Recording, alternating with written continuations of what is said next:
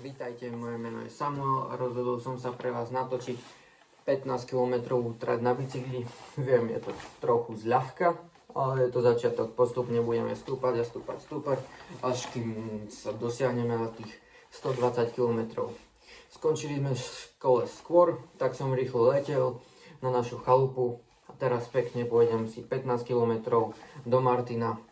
Natočím vám okolie, dediny a dobrodružstvo, rýchlosť, všetko čo pôjde.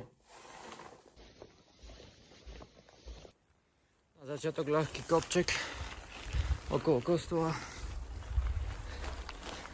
a pokračujeme ďalej. Takže na chvíľku som si musel spraviť prestávku, lebo mi dvakrát šiltovku mi nemal tu, zdá sa. Už sme vyšli z Valče, vám ukazujem hory. Tu máme tlstú, ostrú hneď vedľa nej, takto.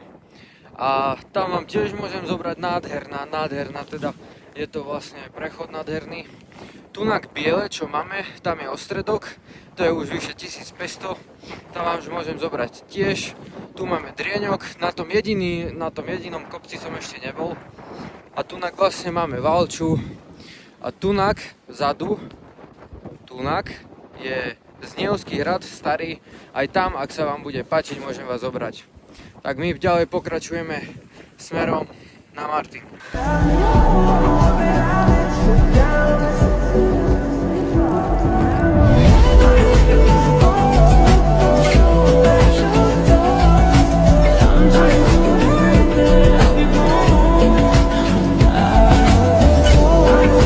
Takže ja vám idem ešte poukazovať pekne hory, tam vidíme Drieňok, to je vlastne ten jediný kopec, kde som nebol, vedľa je Ostra, to mohutné je Tlsta, ďalej pokračujeme Pekárova, vzadu je nádherná skala Kozia skala, ale nevidno ju, Borišov, tá malá čiapočka vzadu je ploska, tam kde teraz približujem, ale nevidno to, tam je Rakitov, vzadu, nádherná hora, podobná Liscu, Lisec to je ten ako keby zatrávnený.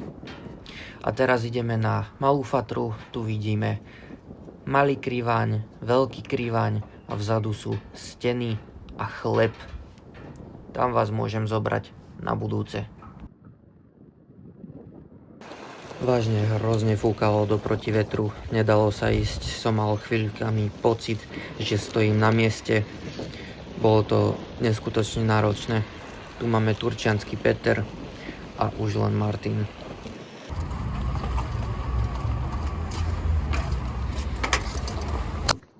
Ak toto takto dopozeral do konca, tak by som vás chcel len poprosiť, aby ste mi do komentárov napísali nejaké nové výzvy.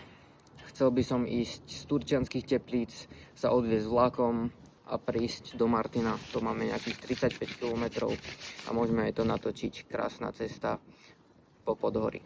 Tak ja sa s vami lúčim na ďalšom videu. Dovidenia.